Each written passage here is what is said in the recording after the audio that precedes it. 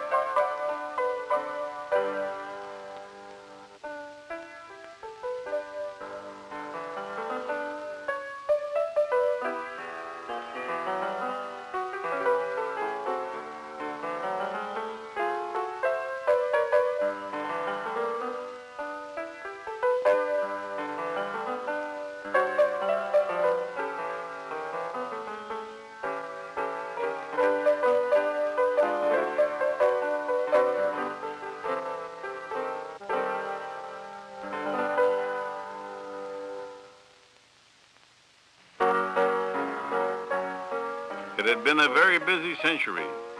First, the city had been shaken down and then it burned down.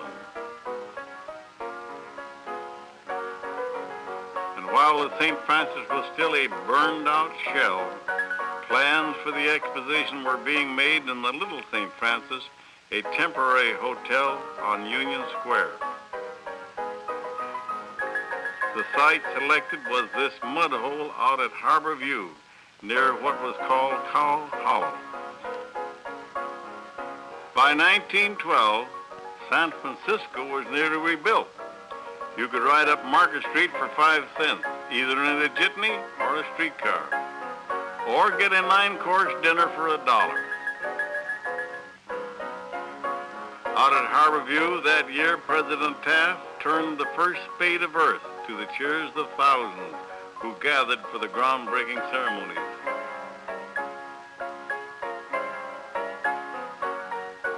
And from what was once a swamp, a sunset city of pale travertine with green bronze domes began to rise.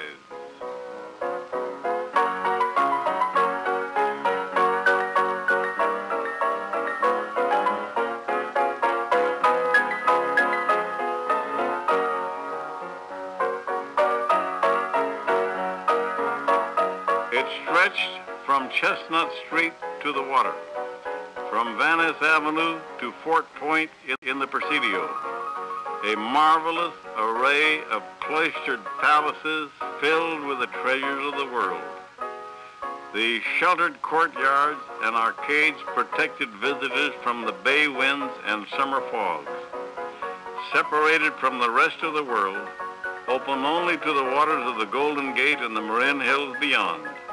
It truly was a world apart, a world of wonders, of lights, an innocent world. For by May of 1915, the Lusitania had been sunk, and we would never be so young, so innocent again.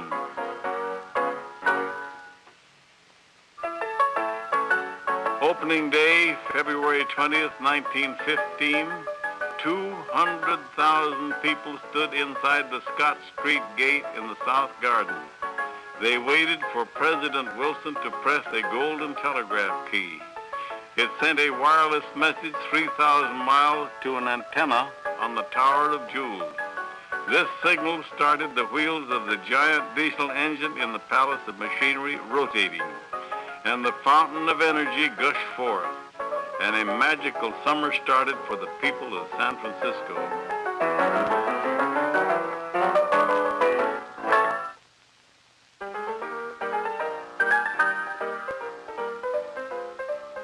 If you went to the movies that year, you might have seen this trailer advertising the Panama Pacific International Exposition, along with Blanche Sweet and Thomas Mahan in The Secret Sin, and the latest chapter of Pearl White's new serial, The Exploits of Elaine. Here, the spirit of San Francisco mixes the gold of the poppies with the memories of 1906, and never forgetting how the world once befriended the ruined city, creates a wonderful fairyland and invites the world to come and share it.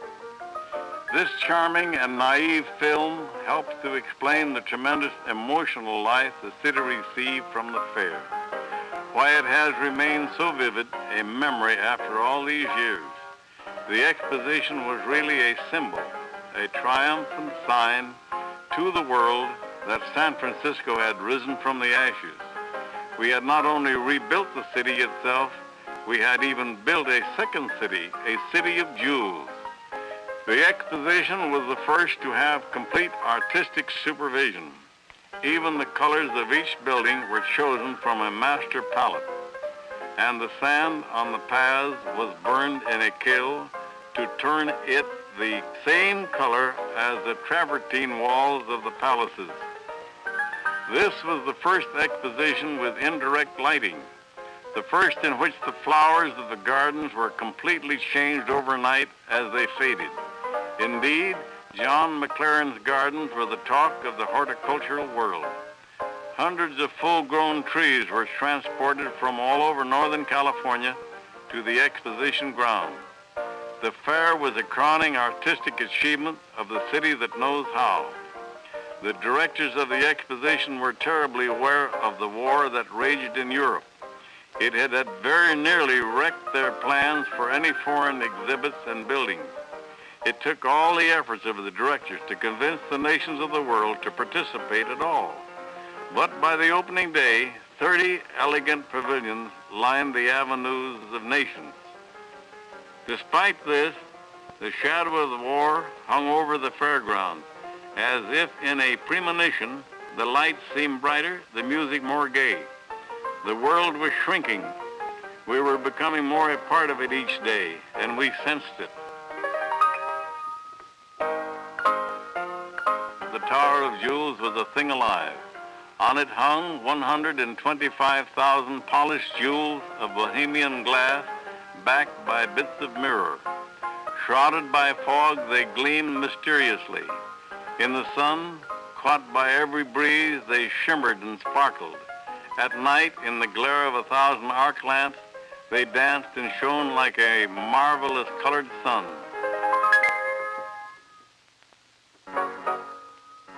The exposition was huge. Like all world fairs, people walked until their feet hurt. Then they rode in the overfair trains, traps, horse carts, wickerwork carryalls, and the famous Fagel trains. While most people had become pretty blasé about automobiles, the airplane still was the new thrill. Lincoln Beachey was the first aeronaut. After all, he had even flown through the Palace of Machinery in 1914 as a promotion stunt. It was the world's first indoor airplane flight. Beachey usually flew a biplane, but these films show him flying a new and daring monoplane.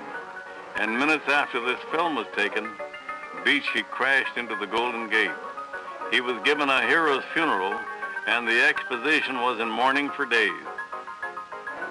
Art Smith was the next hero in the air.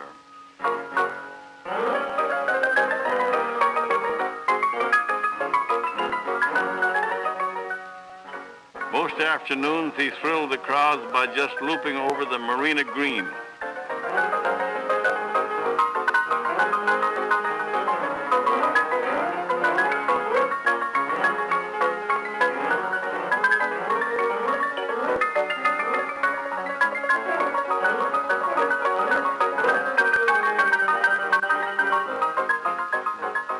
But at night, with the moon over the Golden Gate as a background, he attached flares to the fragile linen-covered wings of his plane. He was absolutely incredible. Daredevil, you bet your life.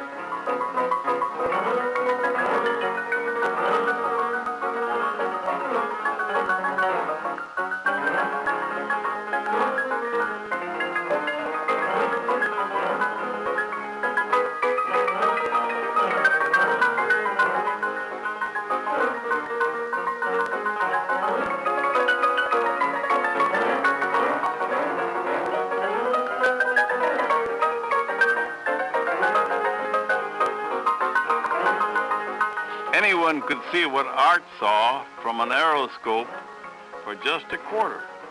There it is, whirling around 230 feet in the air, designed by Joseph Strauss, who would later design the Golden Gate Bridge. It was the top thrill of the zone. The zone was joy unconfined. This is Toyland grown up, a 14-acre playground for the children. To many people, this is their only memory of the fair. The sensation of the zone was Stella. Every World's Fair has its queen, Little Egypt, Sally Rand, but the zone had Stella, and no one who ever saw her forgot her charms.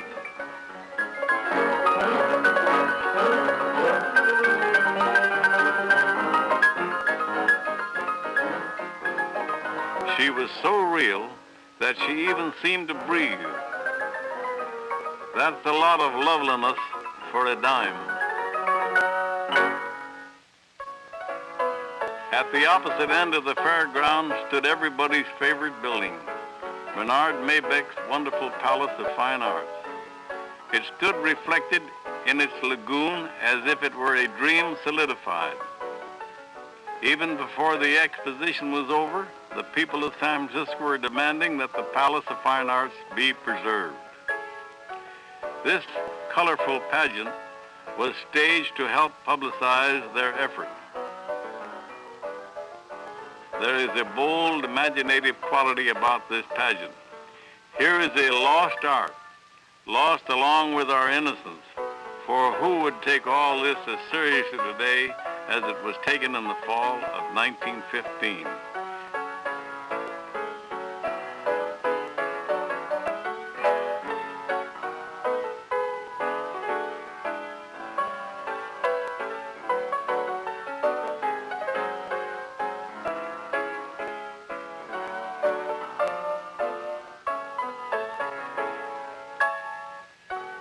Surely this is how Maybeck wanted us to remember his palace.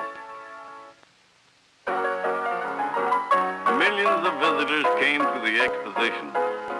A relative newcomer to the movies, but already a star, came over from Niles, where he was making 2 reel comedies for SNA. Charlie Chaplin.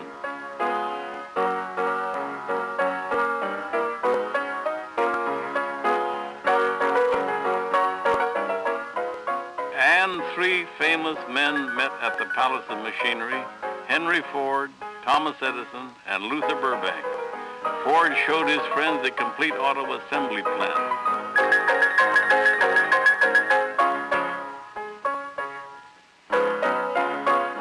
Burbank displayed his Texas feeder, a spineless cactus developed for cattle feed.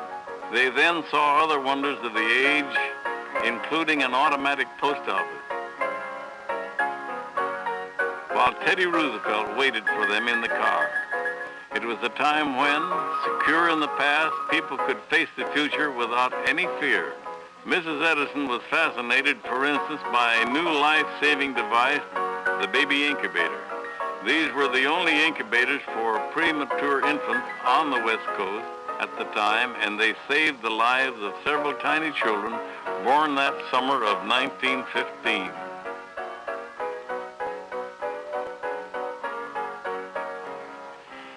Madam Schumann Heink was there, and Mabel Norman and Fatty Arbuckle got a free pass from Mayor Rolfe on the steps of the new City Hall.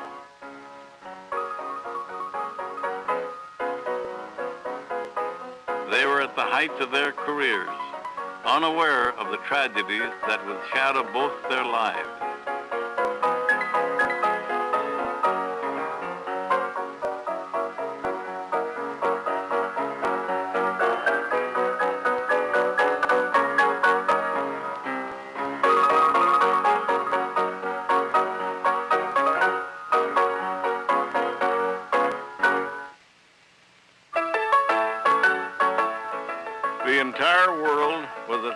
Francisco's door.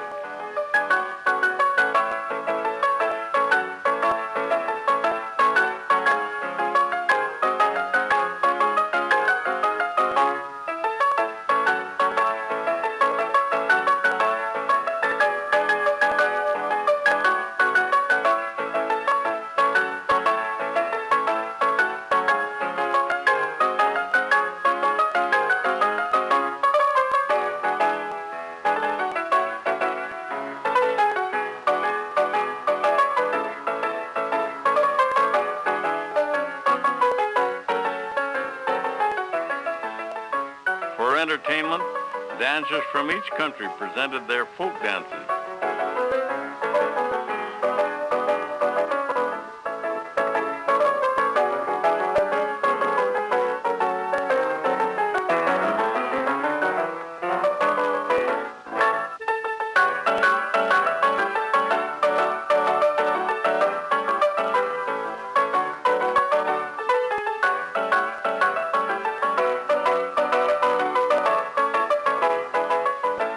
Here Vikings come ashore on Norwegian Day.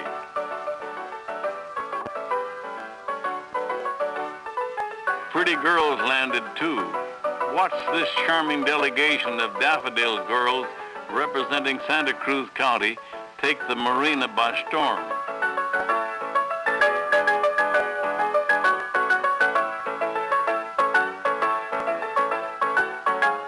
Where are they going? To the California building, of course.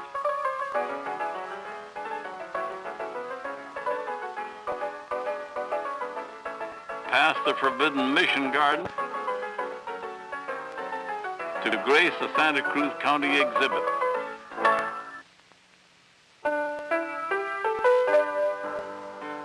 No one has ever forgotten how magnificent the exposition was. And it was beautiful. An indescribable aura of magic filled the many courts. Louis Mulgart's Tower of Abundance brooded over his mysterious court of ages. This strange Gothic fantasy was much admired for the deep thought behind its architecture. The Fountain of the Earth, sometimes shrouded by clouds of steam, depicted man's rise from a primordial ooze. In 1915, you didn't just build a courtyard, you built a way of life. Inside the sheltered walls, all was serene and calm. But outside, all the new excitements of our century of speed were dazzling in array.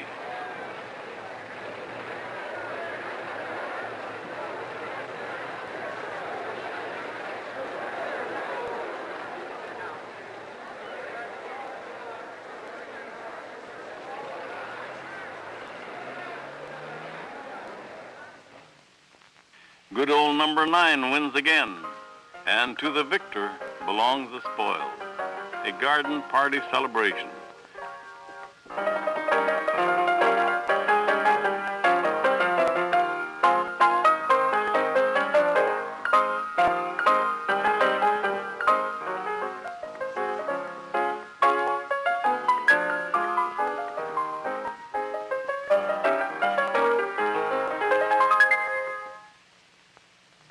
The daily list of events was staggering.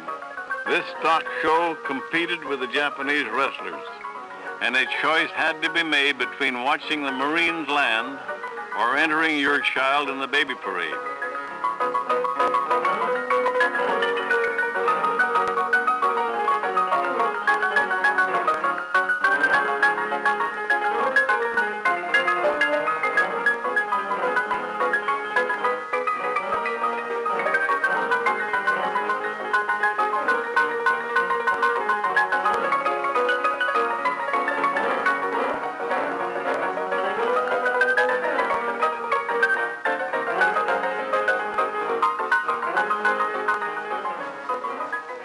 One of the great charms of the Panama Pacific International Exposition was that it combined all of the blandishments of a country fair with the rising sophistication of the young 20th century.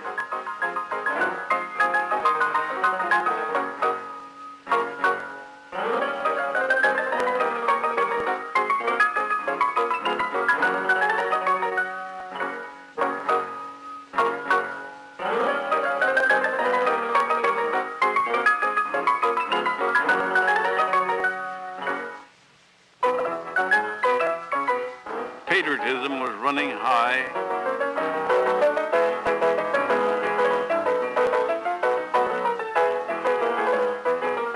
The most cherished visitor was the Liberty Bell, brought on a special flat car all the way from Philadelphia. There were parades every day, sometimes several parades every day.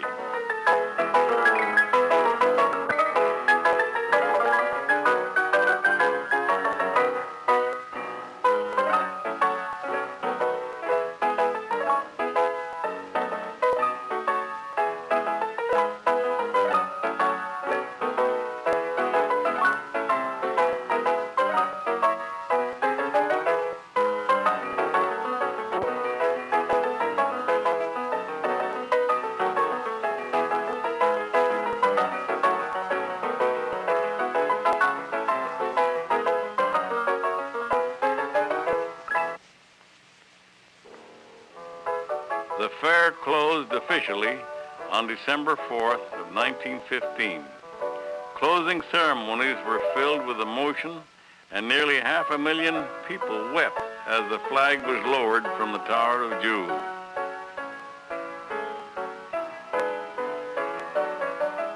The scintillator, manned by Marines, projected patterns of light on great clouds of steam thrown into the air from a locomotive painted to look like marble.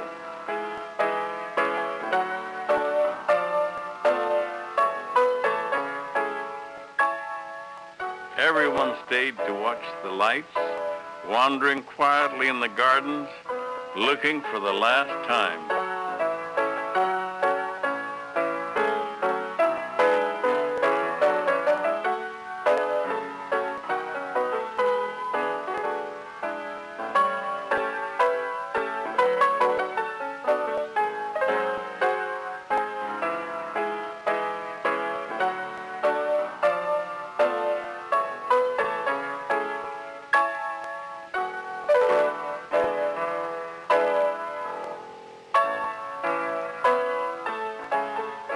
The lights finally went out, but no one went home until dawn. As the lights went out, something left our youth. But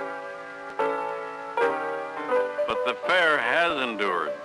The beautiful Palace of Fine Arts still stands there, gently crumbling but gently reminding the Exposition has lived on in the hearts and memories of every man, woman, and child that spent an enchanted summer at the City of Jewel.